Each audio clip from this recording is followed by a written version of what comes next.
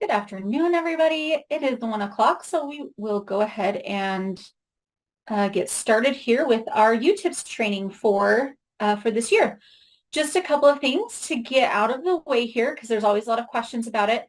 Our support specialist, Emily Ng, is recording this training, and it will be posted to our YouTube channel, hopefully tomorrow, and I will include the link in the next AD memo.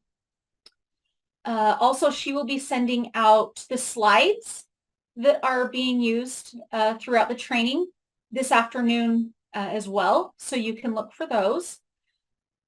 As far as myself, my name is Elise Fry. I am the Test Administration and Formative Assessment Specialist with the Utah State Board of Education, and I am joined by a few other members of our USBE team. They're monitoring the chat for us, and our developer as well, Doug Wilson, who helps immensely with all of the UTIPS things. We'll go ahead and just dive in here and get started. So today we're going to go through the UTIPS system pretty in depth so that you can see how it can be implemented as a tool in the classroom. We will go over how to create accounts, create and edit assessments. I'm going to show you the current process for accessing the high school benchmarks, even though they are still considered to be in a draft form, kind of under construction. Just be aware of that, but we will get to look at that a little bit. We will also look at UTIPS reporting capabilities. This way, you can take all of this information back to teachers, other administrators in your LEA, so that they can make some decisions on if or when to use UTIPS. And I'm hoping to provide you with enough information that you also feel confident when providing support to UTIPS users that you work with. There are some kind of scheduled question breaks throughout the training during topic transitions, but if you do have a question pop up, you're also welcome to drop those in the chat. If you're worried you'll forget about it by the time we get to one of those "do you have any questions" slides before we move on to something new. With that, let's go ahead and talk about UTIPS. UTIPS is a Utah-owned and teacher-created item bank. It's been around for many years. I think 2012 was maybe its first year, but Doug might have to correct me there. UTIPS allows you to use items from a provided item bank. You can create your own. You can also do like a hybrid of both. So you can take items from the pool as well as create your own and put them into one assessment or one document there. There are various item types to choose from, and we'll actually look at each of them in more detail later in the training. If you're unfamiliar with what cluster items are, just looking at this list here, I want you to think kind of like RISE Science, where students are provided with multiple pieces of information, whether it be text, charts, images, or compilation of all of those things. And then there's a few questions which relate back to that collection of stimuli. That's what the cluster items are. For UTIPS to work, it does require an updated web browser, but it works well on just about any device, desktops, Chromebooks, mobile devices, iPads. And while it's not ideal, like I access it from my phone. It will even do that when necessary. Doug is our mastermind here behind the UTIPS wiki, which is helpful information. It provides step-by-step tutorials for various things that you'll do throughout this UTIPS system. When you click on any of those links, it's going to direct you to a Google Doc, which provides the step-by-step guidance required to complete that particular task, both with text and screenshots. This is one of those things that we are updating as needed. So if there's something that's ever confusing to you, if you're looking at something and you're going, I don't know how this is going to work, go ahead and shoot me an email and I can see if some of the guidance is outdated and we need to update it, or I can walk you through any of it if it's confusing. It's kind of like an online TAM, if you will. It's just where you can go to find step-by-step instructions to go through tasks that you might need to complete within the system. Once upon a time, teachers would need to add their courses and students to the system, and this isn't the case anymore. UTIPS uses UTREX to sync with your school's SIS system. And while we still feel this is a better alternative than manually adding students each year, it is not without its challenges. As many of you are aware, if you've been watching the AD memo, We know that currently there's an issue with the multi-course endpoint, which is required for rostering, and it has interrupted the 23-24 roster data for some of our LEAs. So just know that even in the best of circumstances, though, UTIPS is unavailable for classroom use during the first 3 or so days, or for the first 3 days or so after a new account is created. As that transfer of information, it's a lot and it takes some time. This also needs to be taken into account when there's a semester or a trimester course switchover. So I do know that for some of our larger LEAs, some of you are still not seeing your rosters, and that multi-course endpoint that I mentioned earlier that's also been in the AD memo is why that sync still isn't occurring. When there are no issues and there's no more fatal errors occurring with your UTREC submission, those courses and students will appear. And this means that if teachers have an account, as long as everything is flowing through the system properly, their classes will automatically populate under their Cactus.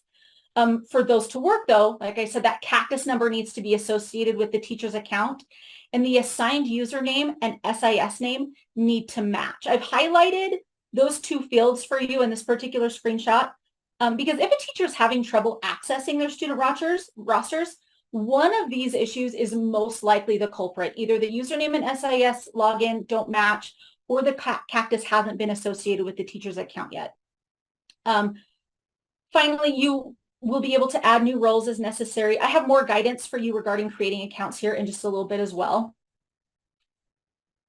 When you or your teachers or your students go to access UTIPS, it's important to know that each LEA has their own unique URL to log in. This isn't necessarily the case with some of our other vendors. There's kind of like a one-stop shop, one location where everybody clicks before they go and find their own schools within the system.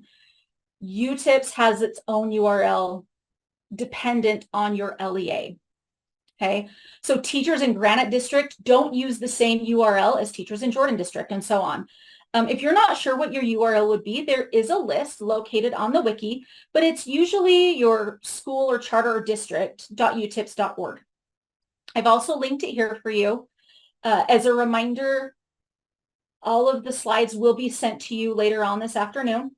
Okay, so you'll have all of the links as well as the slides if you need them.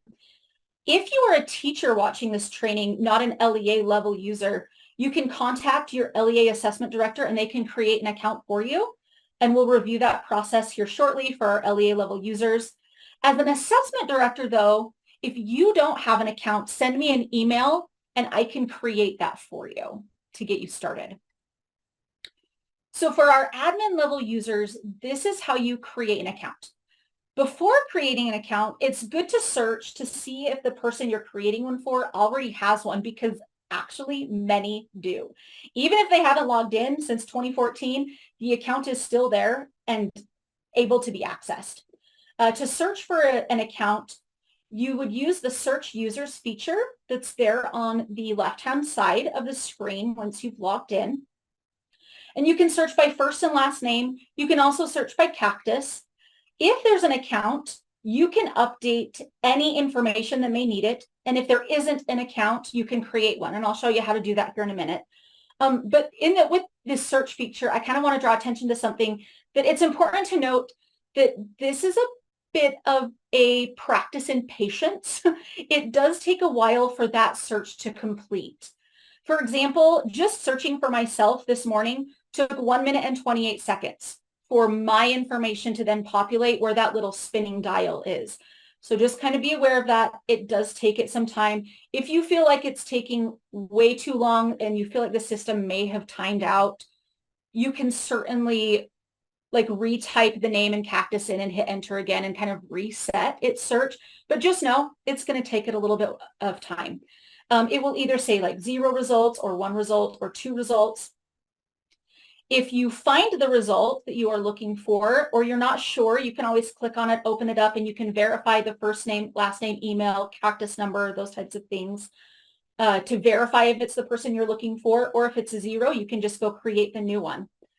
If you're editing an account, once you select the desired user, you can update their account. From there, you can change their email address if needed. You can add their Cactus or update their user role.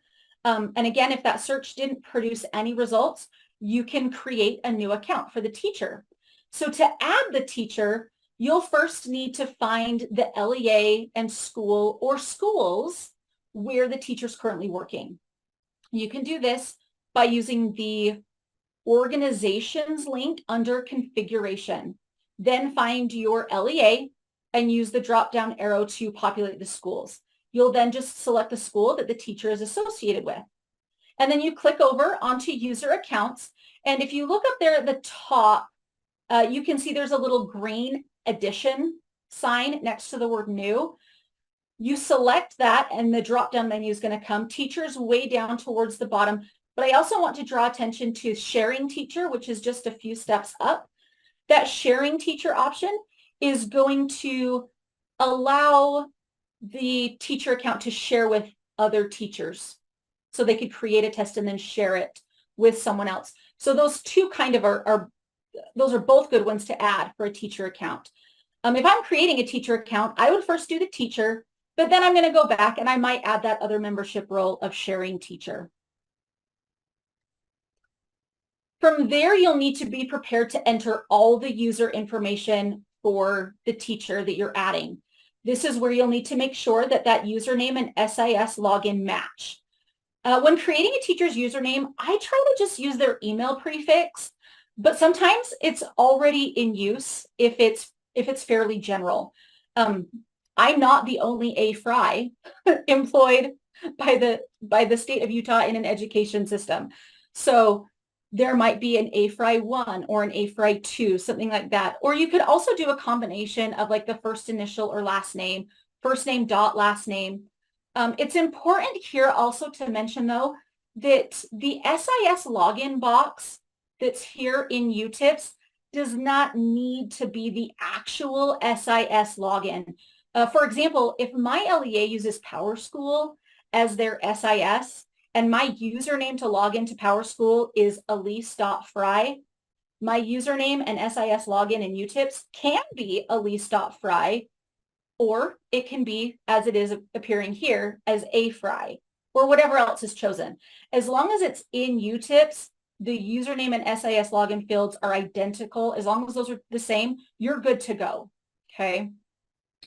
After you put in the username and SIS login, you'll select the LEA's SIS from the drop-down. And you can see here, it says teacher SIS. You'll see the very same thing. And then you'll want to put the cactus number in. This is what allows the sync to occur with your SIS with your school. After that, you're going to set a password and then choose the force change option that's there below it, that little box. When I'm creating accounts for people, if I've created one for you in the past, you know that I use a generic change me, all one word, for the password. And I just select that little box. That way, when I notify you of that generic change me password, you are then prompted to change it to whatever you want it to be as soon as you log in. Also know that if there's login issues or the forgot password feature for some reason isn't doing what you want it to do when you go to log in later on down the road, you can always send me an email and I can do the very same thing. I can reset your password if needed. Your LEA level account user can also reset your password if needed, just by going in, doing the set password and then clicking that little force password change. Let's see here. You'll enter the teacher's first name and last name, the school email account, and then under that there are the memberships. You can see here that I have just been added as a teacher at Transformers School. And that first membership is just already assigned based on what I selected from the drop-down. But if I want to go back and add that sharing teacher role, I would click on that little green plus button with grant new role, and I can then go ahead and add that sharing teacher role that I mentioned on the last slide. Just be sure that you save all of your changes before you click the little X in the corner.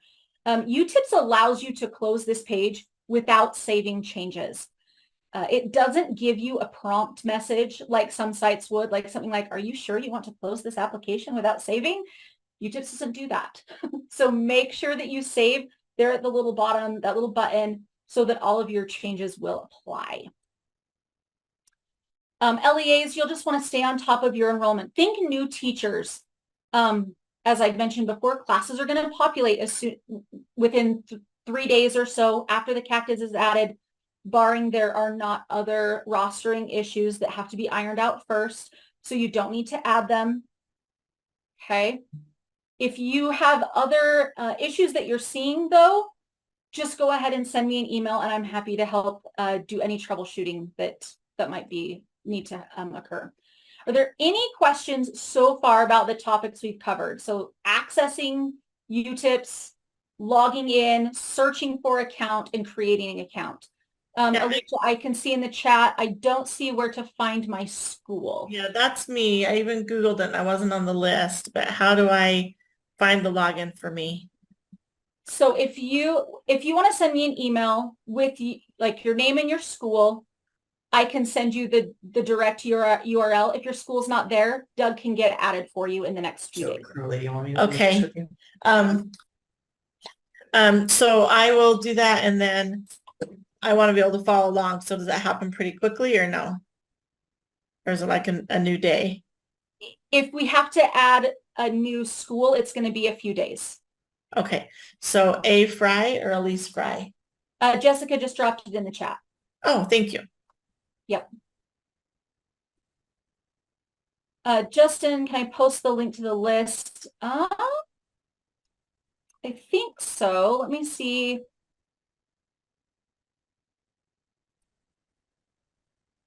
I can get it really quickly.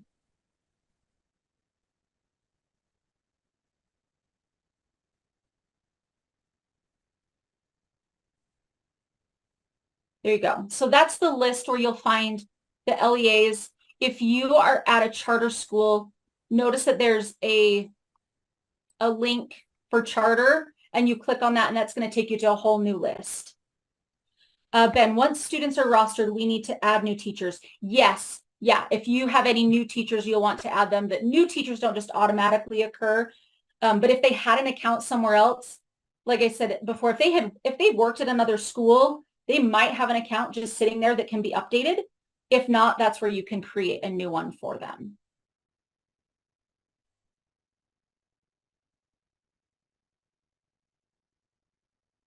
Any other questions regarding your individual URLs, logging in, again, searching for an account that maybe already exists, or creating? Andy, if we don't see rostered students yet, is there a time frame we should wait to reach out? Doug, have we been given a time frame to look at, just so that they have an idea? Not yet. There was no indication of a specific time frame. I was talking to them this morning. Seemed like they were thinking it might have actually been working. So hopefully, I know they're working on it really fast, ASAP. But I would also say normally when it's actually like processing normally, any changes to enrollments or like new students added to schools, students change classes, other updates like that, it normally will appear into UTIPS within the next day or the day after. So really like, if it's been like 2 days since whatever the effective date was of that, enrollment, then, you could think about reaching out. And also when you add a new teacher and set their Cactus ID, then it should be, depending on the exact timing of it, it's very likely to be over that night that you did it. I think I'd have to look at the processing time, but it updates overnight, and it'll pick up when you add a new teacher account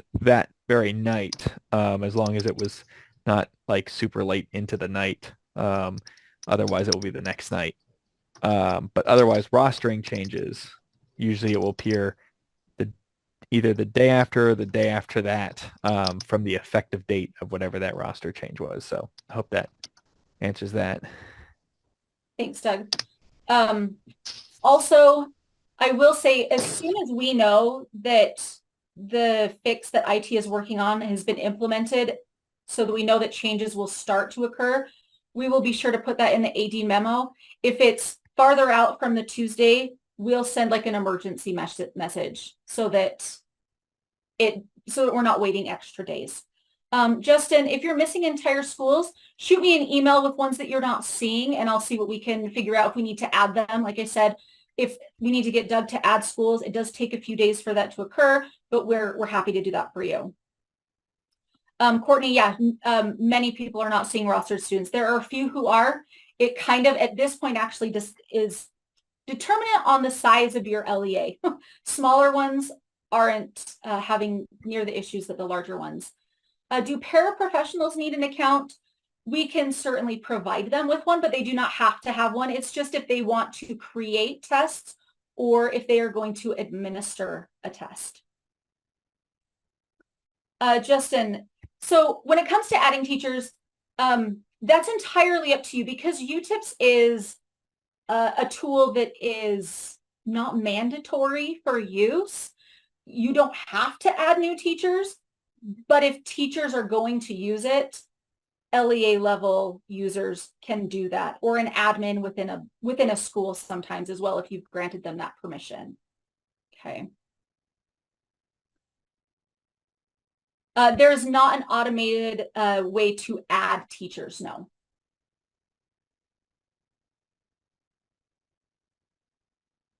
Anything else before we move on here?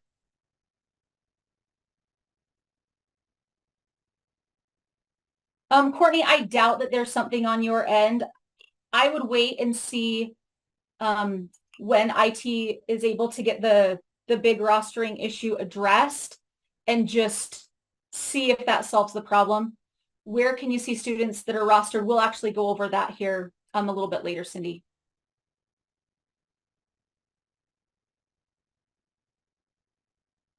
Elise, I have a question. Okay. If I have a teacher that moved from one school to another in the same district, do I need to delete their account and make another one, or is there a way to change it? So you don't have to change it. You can just change the membership.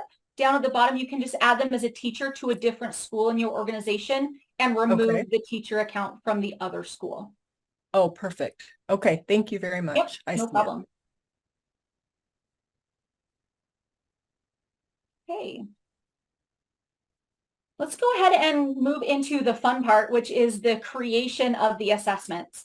After signing in, teachers can either create a new assessment or they can access assessments already associated with their accounts. Note that folder is also an option to create new. This would allow a teacher to create folders to better organize their assessments if desired. This isn't mandatory for using the system, it's just an option. For example, an elementary teacher may choose to have an ELA folder and a math folder and a science folder. A secondary teacher might choose to separate things by class period, especially if they teach multiple content areas or subjects.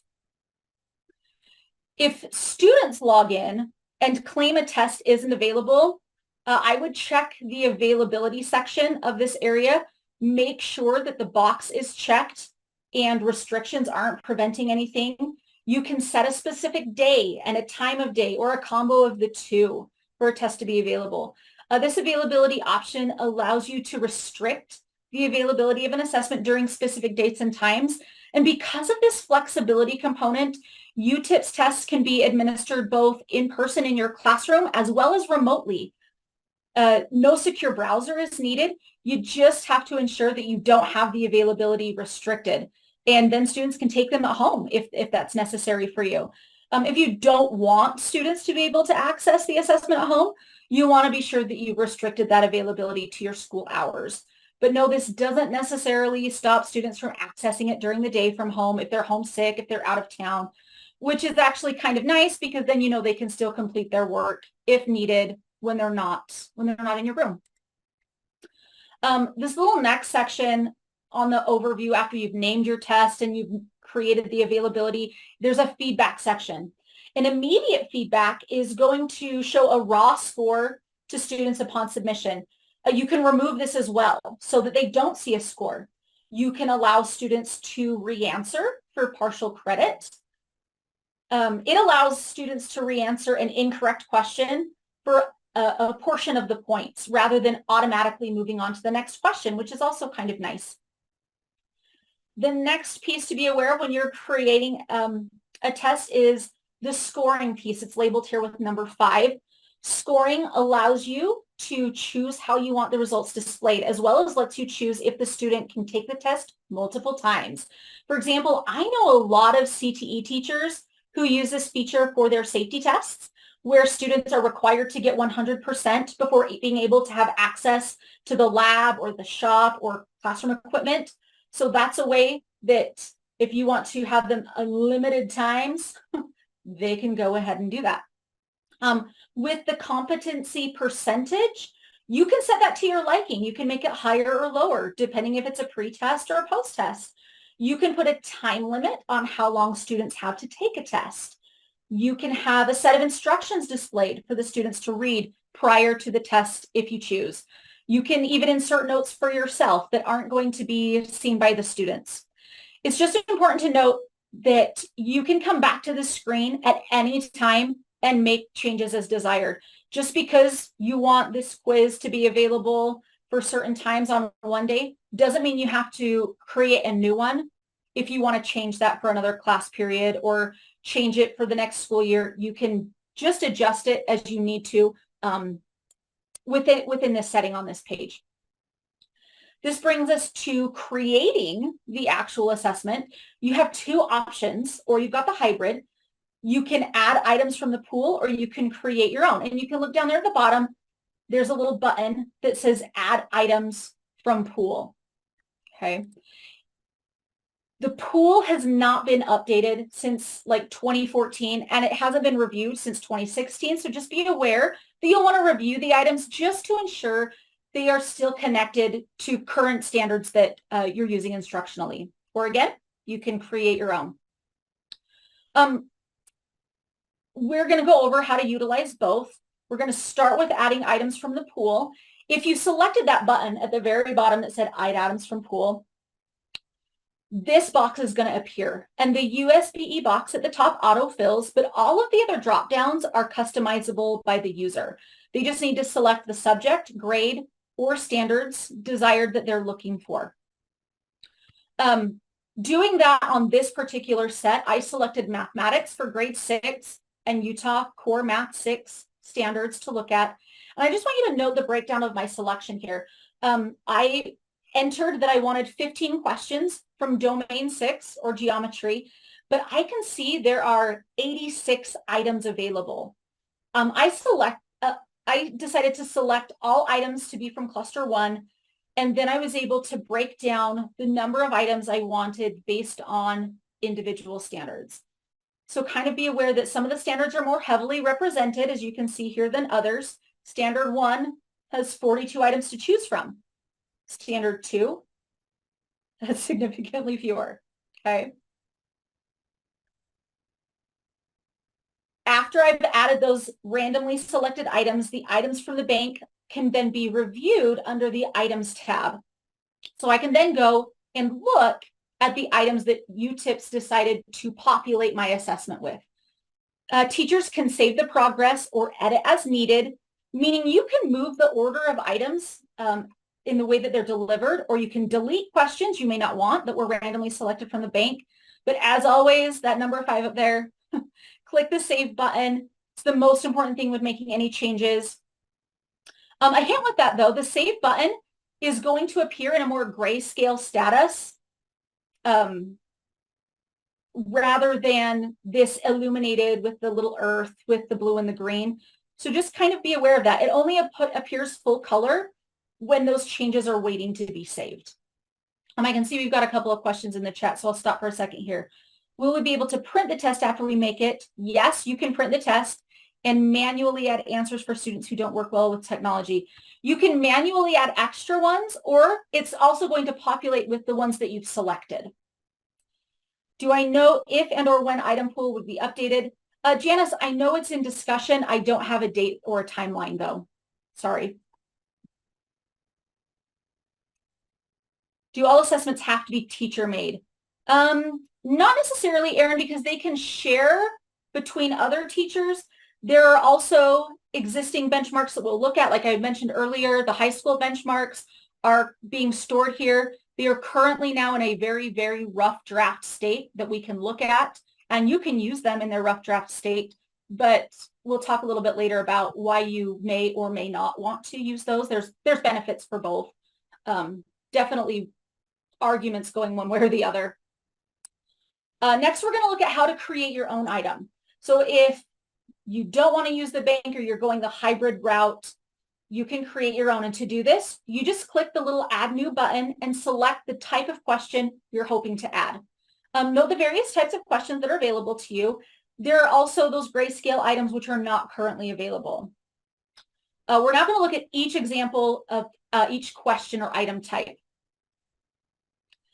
This type are single select multiple choice, most popular. It's easy to check. It's very common. Teachers can add their question as well as any desired answer options. The student clicks the bubble to make their selection. These are very straightforward. There's also a multi-select option. Multi-select differs from the single select in that students need to select multiple boxes to receive full credit. In this science example, students are being asked at which positions day and night hours are equal in length. And you can see that instead of bubbles, they are now selection boxes. That's also a hint to students that it's a multi-select question because it's not a little radio button, it's a box, meaning that they can select multiple choices to answer the question. Another element I want to draw your answer to on this question is the check my answer button at the bottom. This is from a pretest where the teacher had elected to allow students to make another selection for partial credit. So by clicking that box, the student will see if their answer is correct or incorrect, and then they can choose to change them if needed for partial credit later. Another question in the chat, is there a code for creating a UTIPS account? I tried resetting my password. I don't know my username. Michelle, just send me an email and I can look and see where it is. Okay. Yes, Justin, it's definitely a task that needs to be explicitly taught in schools, the round versus the square choices. When it's that round radial, they get one choice, it's the square box, multiple options, and they can assume that multiple options are going to be correct. For matching questions, this is what it looks like.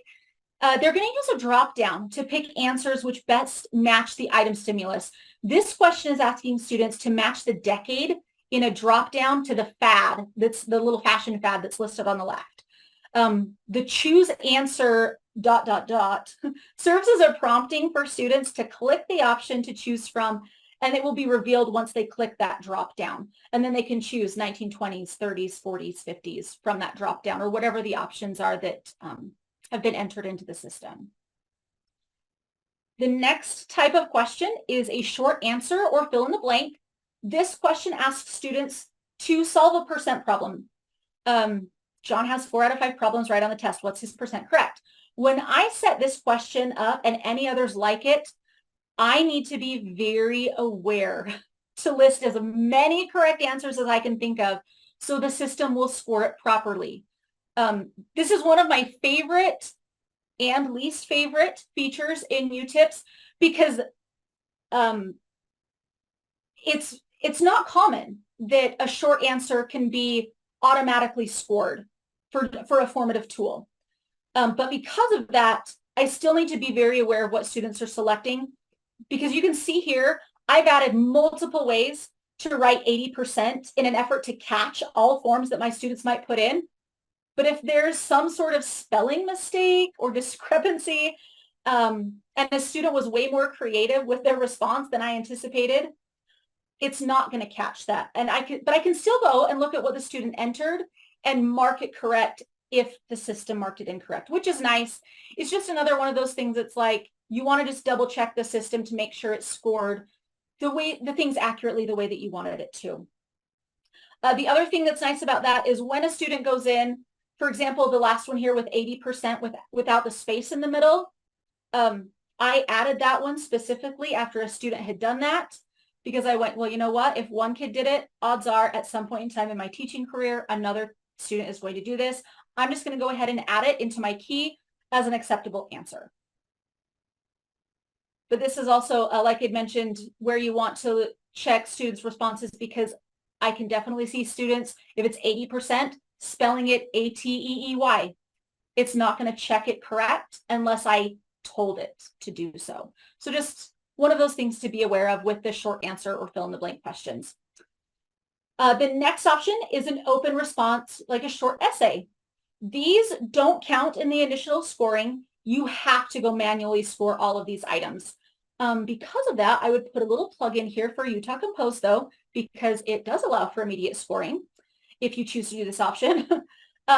If you choose to use it within UTIPS, though, students are presented with an empty text box to enter their response, and then you will be given the opportunity when you go to the reporting tab to look at those items individually.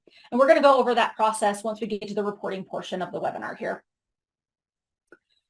These next two options have a file upload component. Again, these responses will need to be reviewed upon submission by the teacher for individual scoring. When students answer these, they're provided with a text box, but also the option to upload a file, a computer or drive files that can be uploaded as an answer, or they can provide more evidence for an answer, like the essay question. We're going to go over the process once we get to the reporting portion, but I'm just going to draw your attention to what I have put in here, because you're going to be able to see that little PNG file when we get to reporting. If you look at the question, it says if you plot and connect these points, what shape is formed? And the interesting thing about this particular question, when it gives the points, just as a quick glance, I might think, oh, well, it's got to be a quadrilateral of some sort, because there's 4 points. And then it says to explain your thinking and provide evidence. Well, the student has then entered the 4 points form a triangle, which doesn't seem to make sense until they go on. But one of the points, -2, 0, appears on one of the sides rather than as a vertex. And then that little triangle evidence to upload, when we get to reporting, you'll be able to see what the student plotted on a coordinate plane to support what they put for their answer. So just kind of like pin that in your brain that we're going to look at that when we get to reporting. The final option for question creation is the cluster style question, or group as it's addressed in UTIPS. These are very popular, especially in science, but we are seeing it more in other content areas as well, like math. These questions, again, are where multiple pieces of information or stimuli are presented, and then multiple questions relate back to all of what's been provided. Here, you can see the first 3 steps to creating these cluster style group questions. Step 1, you fill in that top box with all of the information you want to provide the students to answer the questions. You can upload media, hyperlinks, images, anything like that to accompany your text as needed. I'm going to show you how to do that on the next slide. But below that, where you see numbers 2 and 3, are where you can add the questions, which should be linked to all of that STEM you've provided above. So all the varied question options we've looked at before this become available to create for this cluster item. You can see here that I selected a multi-select, multiple choice, as well as a matching for these 2 visible questions. And you can provide as many questions as you'd like to go along with the provided stimulus. Question in the chat with short answer: if I add correct answers after the test is given, will it regrade the test? No, that's a really great question. It's not going to go back and regrade it, but you can go back and give the student points who created that creative answer.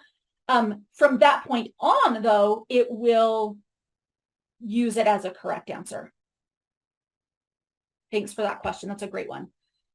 When it comes to adding media, like images, you're going to click in the empty text box, type any accompanying text, and then you can select the Upload Media button, which appears in the toolbar.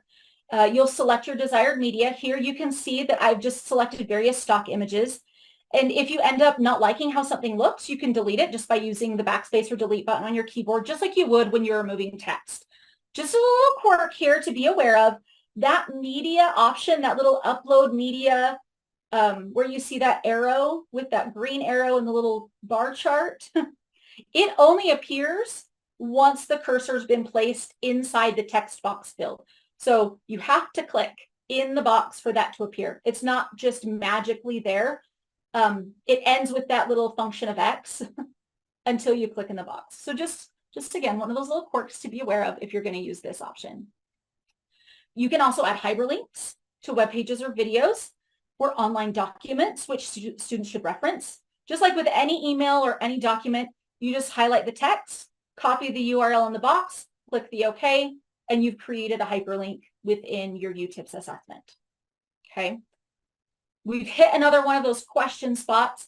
Do you have questions on how to create an assessment or add items from the pool, creating your own items or adding the media or hyperlinks before we move on?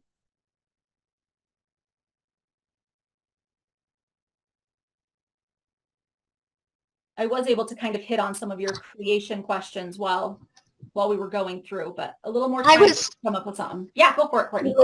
Okay, I was trying to build one as you went, just to see so that I could, I wanted to get better at adding my own items. And so I just have a quick question. I'm sorry to take everyone's time, but do I click on items? And then, because all it's showing me when I click on items is it's not like giving me the option. I just have add items from the pool. I'm worried I'm not seeing it. Can you see the little green plus button at the top that says plus new? Yes. Click on that. Okay. And you should have your question. Okay. Thank you. Thank you. You're welcome. Anything else?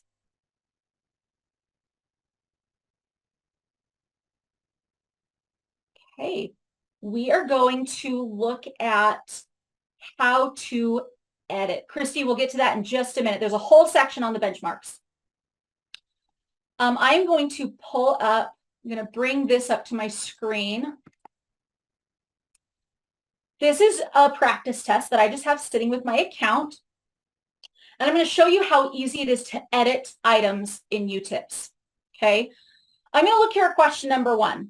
It says, what is the best estimate for the volume of this triangular rectangular prism? And I can see that that's a problem because this triangular rectangular is not a thing. I need to delete triangular. So just like as I would with a Word document, if I highlight triangular and hit my backspace, it goes away. Okay. And if you look, now this save button is more illuminated rather than grayscale. And I can save my change that I want this to say rectangular prism now. Okay.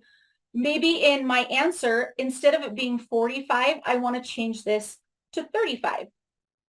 Again, look, note my save button is grayscale until I click out after making that change. Now it's blue and green, and I can save that change as well. Okay. Other options here.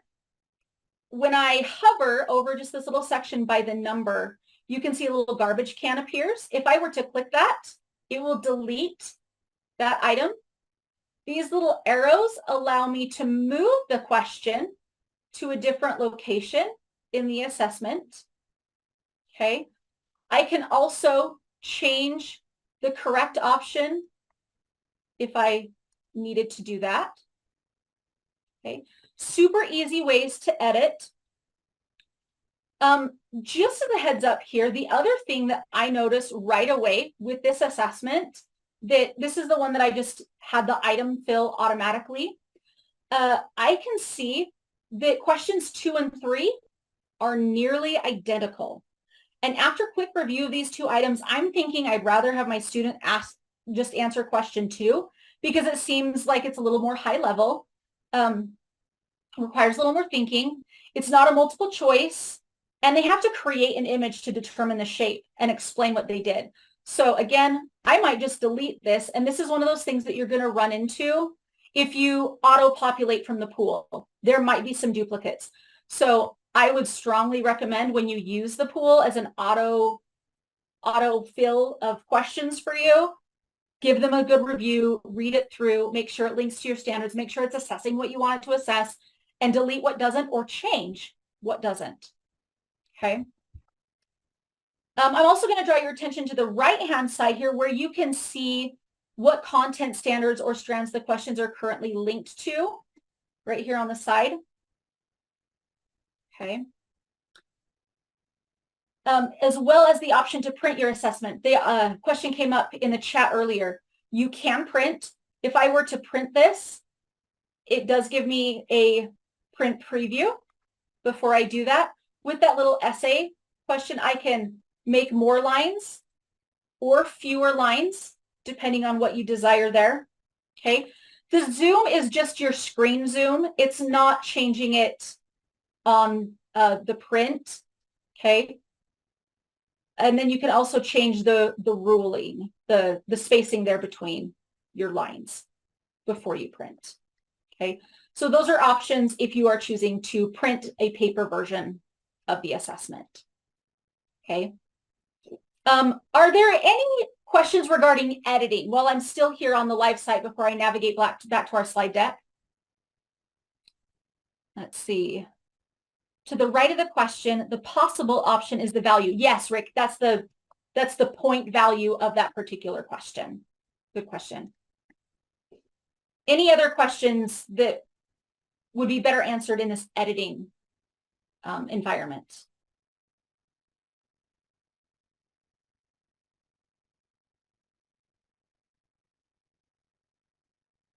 Okay, I'm going to go ahead and save my changes then before I move out, and we'll go back to the slides.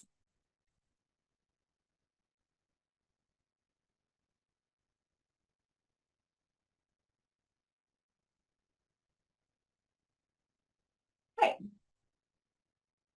So we've covered creating accounts and logging in and making your assessments, and now it's the moment that many of you have been waiting for. How to access high school benchmarks now that they are housed within our UTIPS system. First, to get access to the list of benchmark testlets, you will need to add their enrollment code. To do this, once you've logged in, you are going to navigate down to the settings link. It's way at the bottom, it has a little wrench by it. From there, you'll be taken to the settings screen associated with your account. Okay, you'll see the account information at the top, any membership roles that you're currently assigned, as well as the add an enrollment code button. You're going to click on that and enter FINE71. Then apply that enrollment code. Okay. This next step is important. You have to log out of UTIPS so the change takes effect and then log back in. This little reminder pops up as a prompt. Okay. So after you log back in, you should see a new item under your shared assessments titled HS Benchmarks. And when you click that folder, it's going to say Utah Benchmarks, and then next to that, draft in great big letters, because this is not a finalized or clean up by any means file folder of testlets. The code is FINE71, FINE 71.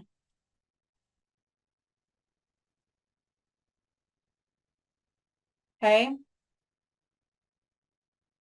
To access the folder, you'll then click the little expansion arrow. When you click that, the whole list is going to populate. Okay. Then the option to copy that set of questions appears.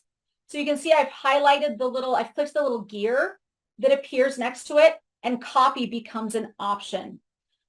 Yeah, Ben, so any teacher that wants to have access has access. It is there for even a kindergarten teacher if they wanted to add it. If they have that enrollment code, they certainly can. But again, these are in a rough draft form. You'll see why here in a little bit as we look at a couple of them. You can see with that particular biology one, now it appears in my tests because I made a copy. So when I navigate back to my tests, I can use that benchmark in its entirety, or something you've never been able to do before, I can edit it to better meet the needs of my students. just by going in and editing the questions or the answers that are there. If I'm going to edit items, one thing I do have to do, you need to select the option to replace the current item with an editable copy. Just make sure that if you do use the option to edit the items you've copied, that you save your changes. Okay, just another reminder that UTIPS doesn't inherently save your changes for you as you go, and it's not going to prompt you if you hit that little X in the corner. But if you look at this question, this is taken again from one of those very rough draft forms. It has not been reviewed by Scott Ross Kelly, our science content specialist, but you can see here that there's something missing. If you read the question, up until the early 1980s, most queen checker spot butterflies were found in areas with an elevation of about, and there's a number missing.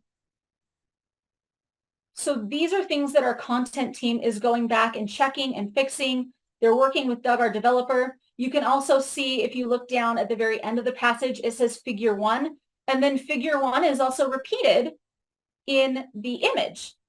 So we are going to clean these up, remove the superfluous figure 1. But if I still liked the question and I wanted to fix it to work for me, I can go over onto the right-hand side there and click the replace group and all items with editable copy, and I can change this to better fit what I want it to say. Okay. So let's see here. To make sure I got this, to use the high school benchmarks, you need to make a copy of them first. Yes, you'll need to make a copy. I completely missed the most important part. Where do I insert the 571? That is in the enrollment option. I can scroll back a little bit and find it for you. Right here, add enrollment code, find 71. Is there a timeline? Erin, I don't have a specific timeline purely because content team is still also doing reviews with our other vendors. And this is kind of not at the top of the priority list at the moment. Okay. Actually, Scott, are you on? I feel like Scott might be. I am on. You hear me? Yes. Would you like to provide any guidance or extra information on the high school benchmarks at this point? Just there are benchmarks and there are tools that the teachers can use that can help them in their class. The thing with these benchmarks is you don't have to give the entire benchmark. The teacher can determine how many of the questions they want to use. They might want to use that passage, that information for maybe like a week of openers, where they use that same bit of information, but every day the students answer another question in the benchmark. They might want to use it as a pretest and then as a post-test, before and after instruction. It's pretty much up to the instructor how they use it to work in their classroom. And so the question, are they still in UA Plus? No, they're not. Sorry. And it was really hard getting them out of there anyway. And so the benchmarks are not in UA Plus anymore. But yeah, because they're now in UTIPS, teachers could take and put 4 or 5, 6 benchmarks in a row and turn it into like a miniature summative. They could turn it into their own interim test. They could do a pretest at the beginning of the year as an interim test, building on what a summative test at the end of the year might look for them in their classroom, and they could use different built interims like that throughout the year to check how their instruction is going. So there's all kinds of things that you possibly do in terms of putting these together, from little tiny little testlets, exit questions, to like a final exam for a section even. So however they need to use it, they're free to do so. Cool, thank you. All right, back to some questions in the chat. Again, Erin, with the timeline, I will provide as many timeline updates as I can through the AD memo, so just kind of be watching there. Scott addressed the UA Plus one. How similar? Copy. Scott, did you want to add something? Sorry. Well, they asked how similar they are to the ones that were available in UA Plus. They're the exact same ones.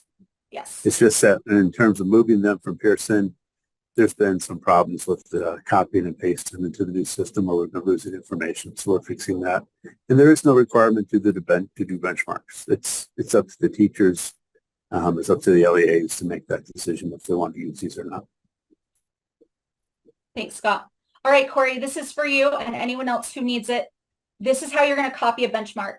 Once you've got the high school benchmarks, those Utah benchmark draft folder, when you expand that little triangle, they'll all show up, okay?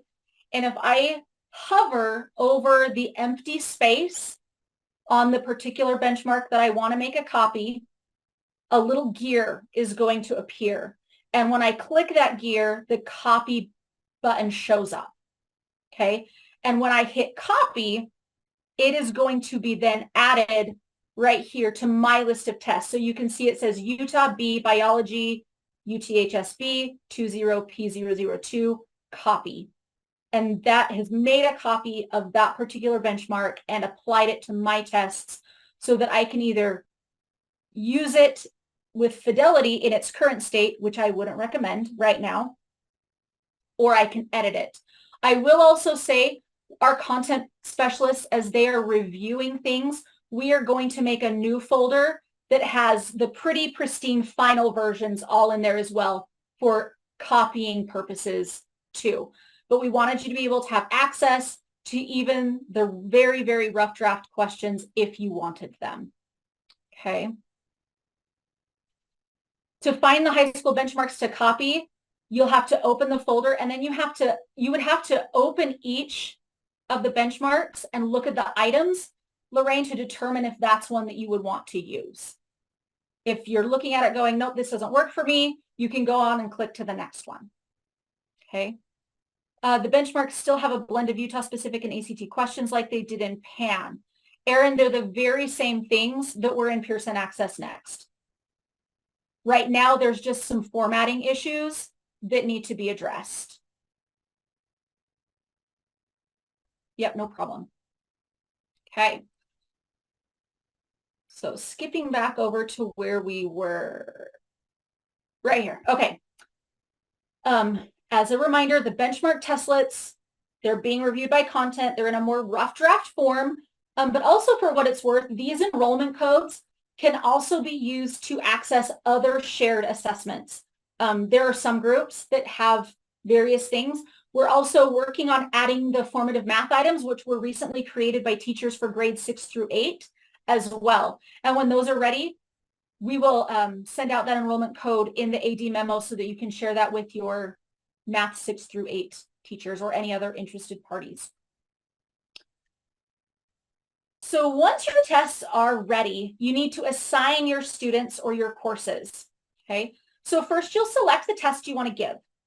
Then you'll go down to the participants tab. This appears right below the items where we added the items when we created our own. And if you remember from the beginning of the training in the overview where we named the test, we decided how we wanted it scored, when we wanted it to be available, all that good stuff. Okay, so a new window is going to form on the right-hand side, and it's going to populate with the students or courses that you can add as participants to your assessment. So somebody had originally asked, where do I find students who are rostered to me? This is where you would find them. And if you're seeing students there that currently belong to you, you are not experiencing the roster issues that are plaguing so many currently. If you don't see the students who are rostered to you, IT is working on a fix, and we are hopeful that we can send a memo soon that your students will be rostered there appropriately. You can also add any teachers if you'd like to, okay? By clicking the little plus add link, a list of students is going to populate so you can select certain students or all students. Note the gray expansion triangles because you might need to use them to see which participants are available. You can also add yourself as a participant if you'd like to be able to demonstrate the system to students. Okay. The benchmark scores with proficiency ratings. Michelle will go over reporting specifically to show you what that's going to look like. But where you were able to set a competency percentage at the beginning, that falls on you to set where you would want it to be. It's not going to be what you necessarily saw in the Pearson Access Next platform. But we are going to look at that here in a little bit. When it comes time for your students to access your assessment, they're going to log into your LEA's UTIPS URL. Remember, this is generally your district or charter at utips.org, okay, .utips.org.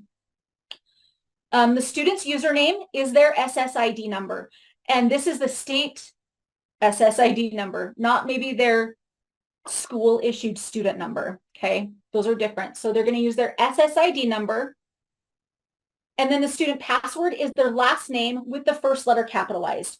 And just as a precursor here, this can get a little tricky with hyphenated last names, but it's loaded into the system with the first name or the first letter being capitalized, and then including the hyphen with the second last name, all lowercase, if that helps with some of that confusion. I know I've had that question a few times in the past with hyphenated last names.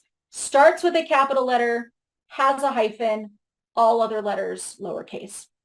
If students don't know their SSIDs, teachers can actually look those up right in UTIPS by going to their organization, finding their course, and then just going to the list of user accounts. It shows the SSID right next to the student's last name. You can see it highlighted here in yellow in this particular screenshot.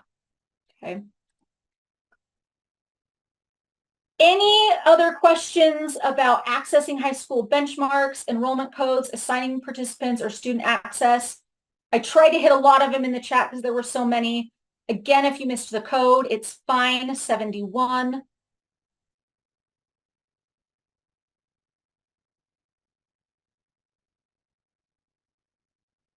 Okay. We can go ahead and go on to reporting then. So to begin reviewing your reporting, you're going to start by selecting the test that you want to see scores for.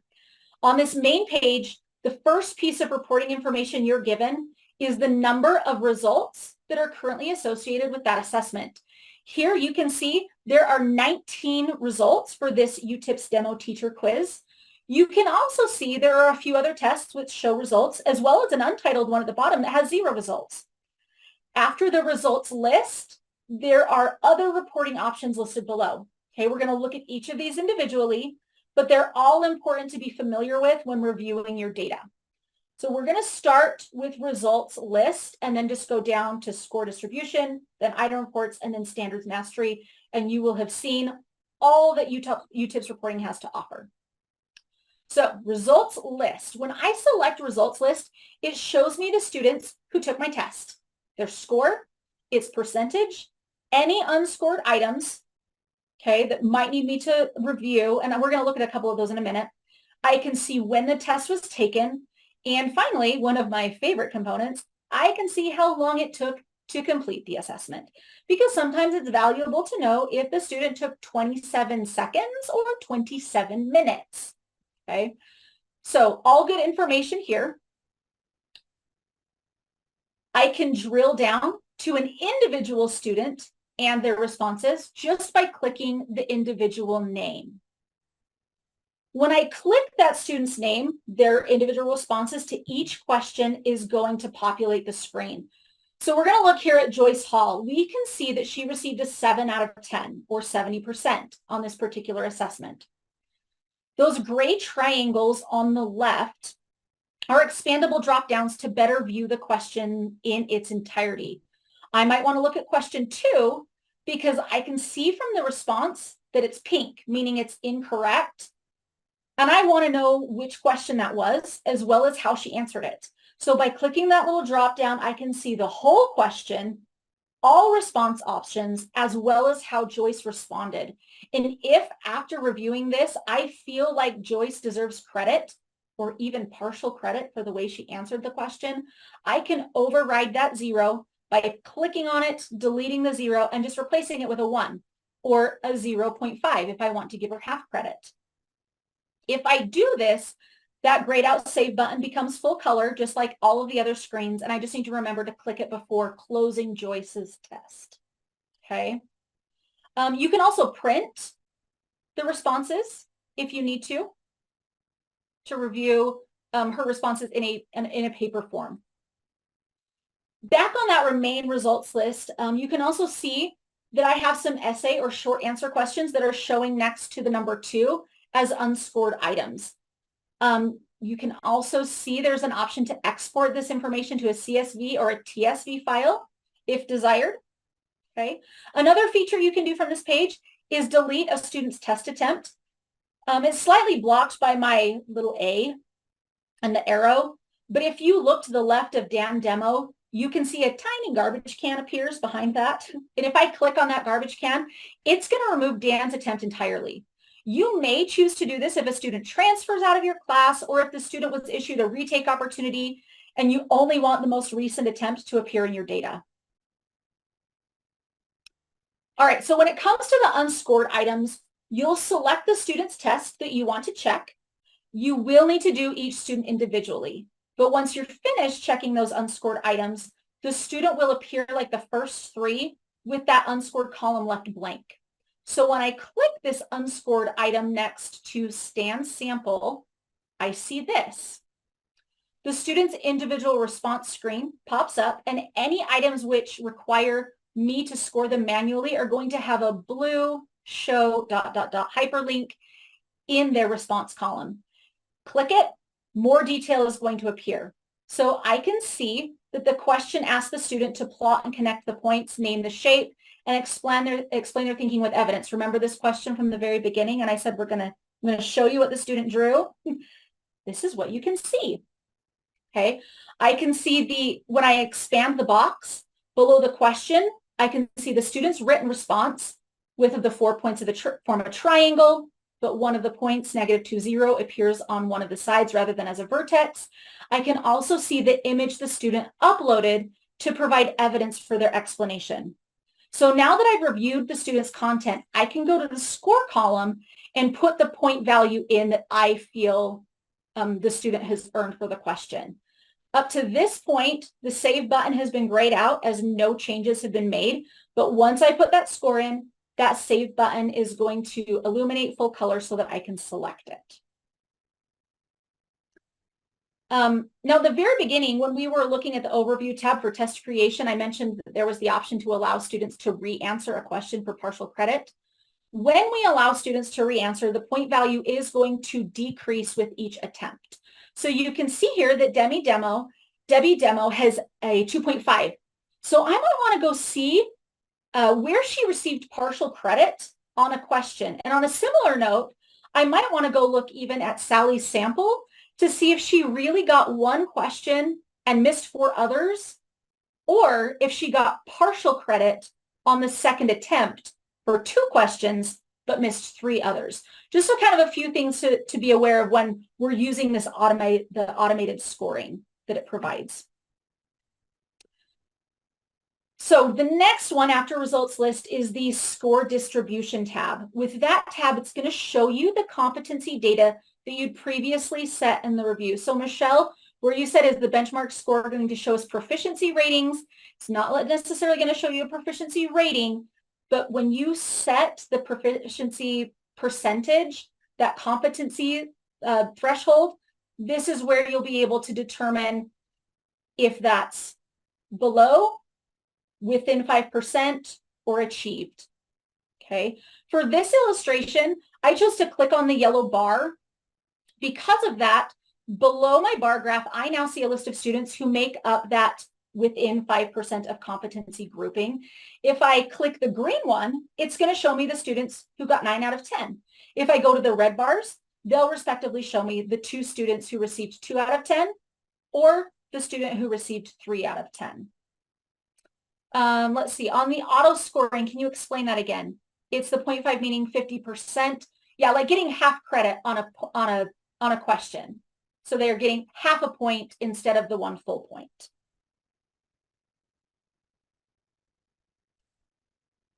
The third tab down for reporting, the item report, allows me to see individual data for each question.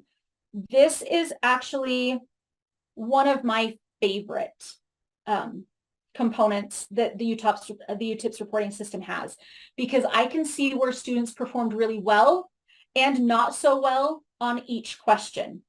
So here, by clicking on question 6, one of my best answered questions, I can see who still needs reteaching on this concept. I can see that Frank Ford was the only student to miss this question.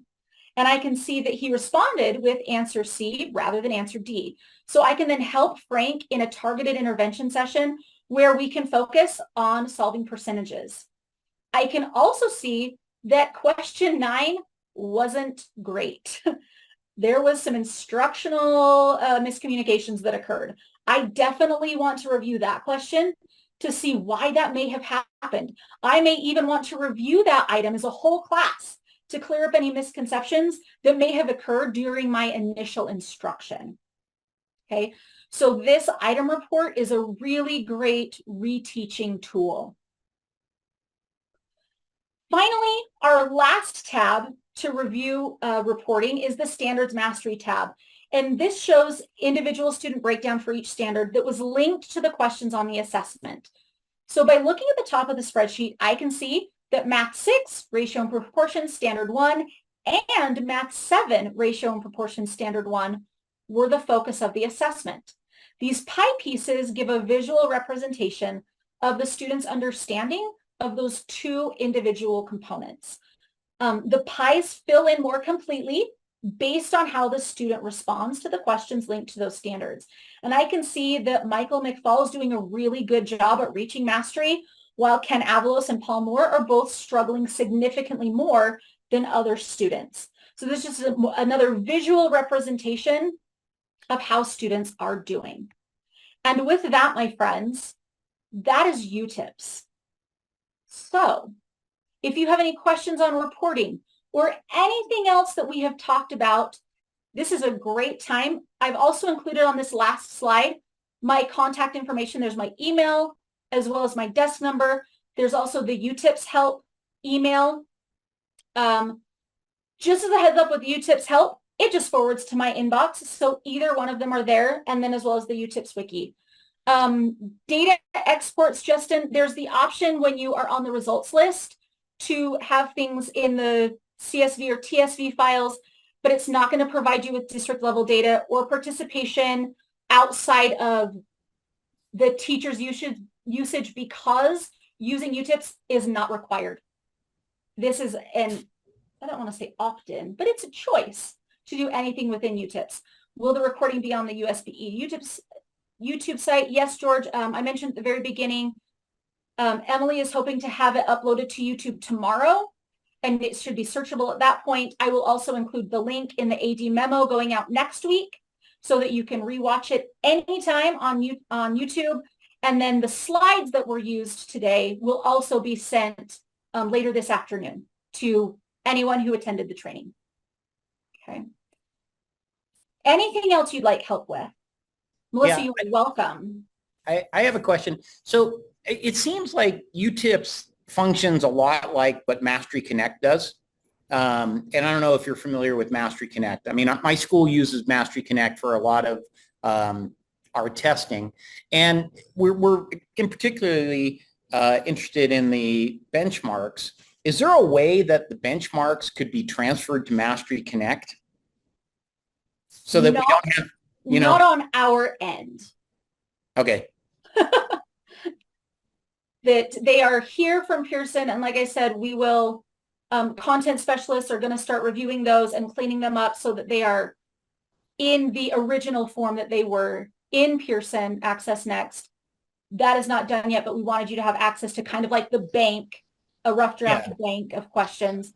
Okay. So you could definitely distribute them here within UTIPS, but no, there's not at any time now any talk of moving them to another administrative platform, as I know many districts, if not all, have something similar to UTIPS that they use, like Schoology or the Mastery Connect. Okay, sounds good.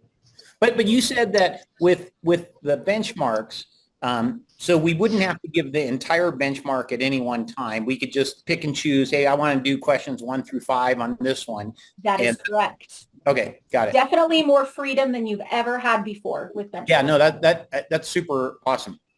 Yeah. Thank you. You're welcome. Hey, Elise, thank you so much. I I was just wondering, do you have any idea when like our school rosters and things may be on there? Because last year when I used UTIPS in my classroom, it was there, like you said, almost simultaneously when school Yeah, started. as we mentioned previously, with our developer, Doug, he's been in communication with our IT department just this morning. It's not ready. There is not a current timeline, but it is the project they are working on like today, right this very minute. Oh, So okay. hopeful that within the next little while, we will be able to see some movement and have much better news for you. Perfect. Thank you. Yep, you're welcome. So question, I know the students are supposed to pull from UTREX. What about the teachers? Do I need to Teachers- add them? Teachers have to be added if they're not already there. Okay. Any other questions? If it's been good for you, this is the end and you are welcome to drop off, but I'm happy to stay on and answer any other questions that you might have. Elise, this is Yeah. Robin. Hi, Robin. I have noticed on mine that the teachers are not listing that I know were in there before, and we haven't used it with fidelity lately, but Okay. we had been using it in the past. So will those show up, or do I have to reload them if they're not showing now? If the teacher's not showing, if you want to send me a couple of examples, I can certainly look into it. Okay. The nice thing is, Doug can also look and see if an account has maybe inadvertently been deleted. I cannot do that. Okay. So if there is a concern that way, we can certainly look. But generally, if they're not showing up, we would re-add the account. Okay. And I could just do that with an upload like I've done in the past, right? Okay. Yeah. Okay. Thank you. Yep. Thank you for your questions. Anything else? Happy to help.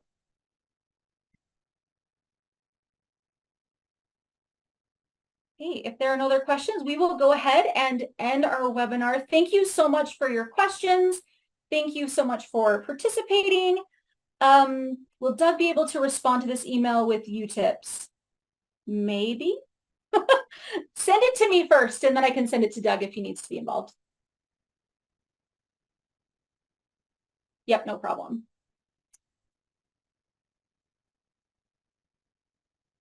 And with that, Emily, I think we're good to end our recording and close our Zoom. Thank you so much for your help.